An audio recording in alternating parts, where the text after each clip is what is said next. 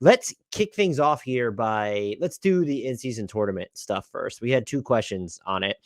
And Austin asks, is there a chance the in-season tournament is a one and done? Will they add to the list of ridiculous awards nobody cares about, such as hustle, or clutch players? I actually thought people did care about the clutch player award last year, Austin. But so this is just my little rant on the in-season tournament. I love it. I love the idea. I love what they're trying to do. I think most of the courts are fire. Some of the ones that are, it's the red ones for the most part. Saw it with the Bulls, and we'll see it with some other teams. The Rockets one might end up being okay.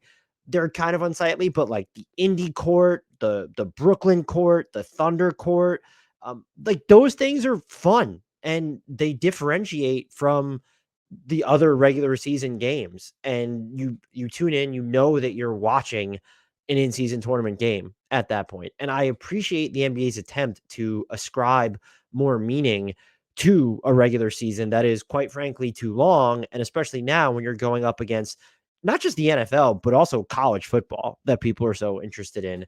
Those are two behemoths this time of year. So why not take the swing? And I've seen, and this is not to call out Austin specifically, who was at the Pacers game. I saw that he tagged me in something on Twitter. And again, the Pacers court just looks absolute fire.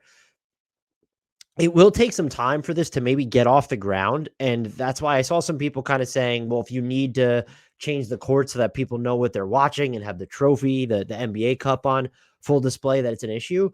No, it's not, because this thing is just starting out. So you need people to understand what they're watching and to sort of get the not just the word out there, but you need to get people accustomed to, okay, this is happening. It's on Tuesdays and Fridays, and it's happening in November through the beginning of December. And yes, it may take a couple of seasons, years for it to get off the ground to where you've had past winners and you have teams defending their NBA Cup at that point. Maybe you've had a couple repeat champions, over the first 4 years. Maybe one team wins it twice. That's fine. Like, it's gonna, like, at some point, I think that teams and players will be more invested in it. I don't know how you can raise the stakes.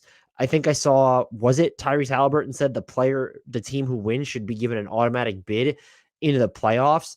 That would be interesting, but then it's sort of like, well, then what have you done? Did you detract from or diminish the meaning of the rest of that team season from December onward if they just get a playoff bid?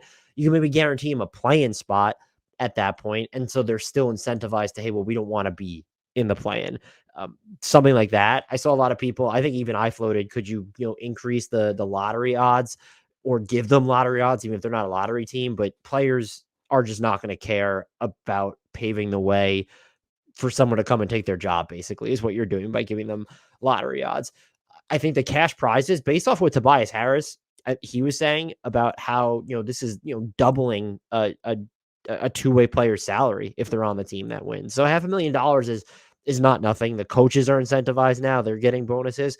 So I think the NBA has done a really good job of trying to make this, it's all over the place. The branding is all over the place. Maybe people are sick and tired of hearing about it, but I like the idea that we can come into a season, maybe you feel like it's a little bit too early because we're only 2 weeks into the regular season, but we're in November and that NBA games matter. And the setup, to me, I think is important. These are regular season games. So they count towards the standings. And so they are meaningful outside of the NBA Cup, where if you just made this the NBA Cup, there'd probably be teams that just wouldn't care, because why do they care about winning the NBA Cup? And even now, I don't know how much additional meaning it gives to a team like the Clippers, a team like the Suns, who are so concerned about winning a title. But we saw with these games on the game night one, of the NBA in-season tournament, like, teams were giving a shit for the games that you could pay attention to. I mean, you had Michael Porter Jr. was defending his butt off against Luka Doncic. The Mavericks averaged 77 points per possession as a team on possessions in which Michael Porter Jr. spent some time guarding Luka Doncic. The Cavs Indy game, that was super frenetic down the stretch. We saw what was going on with OKC and Golden State. I know Shea didn't play in that one. these games were close, and the NBA actually tweeted it out. I should see if maybe I can get it up the screen. But like the margin of victory was so small relative to what it normally might be. Friday's average margin of victory was 4.9 points, the second smallest on a single night, minimum 7 games in the last 10 seasons. That's again, it's not proof of concept beyond shadow of a doubt, but like that's a real thing. We're talking about a Friday night in early November. Like that's a real thing. And you're looking at, Kyrie Irving came back for the game against the Nuggets. Would he have said, and again, the national TV element, but like would that have been something that they would have rushed back to have him? Probably not on a normal circumstance. And so why not try it and see where this leads? And if you look at just some of the comments from the players, not just Tobias Harris talking about the money, but they seem to care about, okay, like let's try this out. And there's going to be people that just want to, I think also once you get into past the group stages into this single elimination stuff, that's just by virtue of being a competitor and knowing that you have an opportunity to do something this year specifically that no one's ever done before, win the inaugural NBA Cup. But just this idea that, oh, could you be in Vegas and you're sending someone home before they finally get to that title game?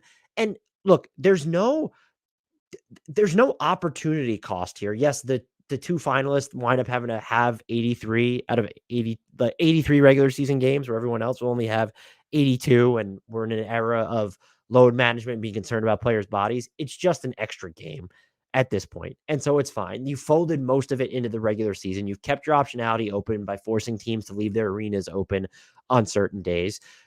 And also, you'll see the intensity pick up probably after the first, I would say 2 group games, to where there might just be younger teams that sense, oh, hey, we have a chance to actually win the NBA Cup or come out of the group stage to enter the single elimination round. Let's really go after it at this point. And so do you see the intensity sort of ratchet up from there? And I don't know the team that you want to name that as the standout in that. It's, let's use the Blazers as an example, beating the Grizzlies, who are just off to a terrible, terrible start.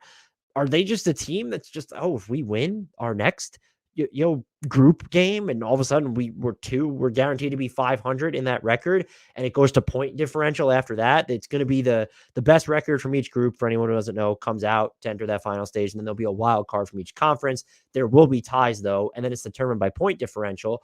That gets just really interesting, to where it's, it matters. Okay, the Heat did beat the Wizards, but the Wizards made it closer. And so if there are going to be other teams in their group that just destroy the Wizards, we know the Heat are definitely not going to care about this. Why not attempt this? And no, I don't think it's going to be one and done ultimately, because you need this to marinate for a few years, I think, to experience the full benefits of it. There's value in the longevity of, if we're 5 NBA Cups deep, and that then it starts to mean something. And just approach this with an open mind if you haven't already. The people who are kind of already poo-pooing it before we even have gotten through the first one, I find that incredibly bizarre.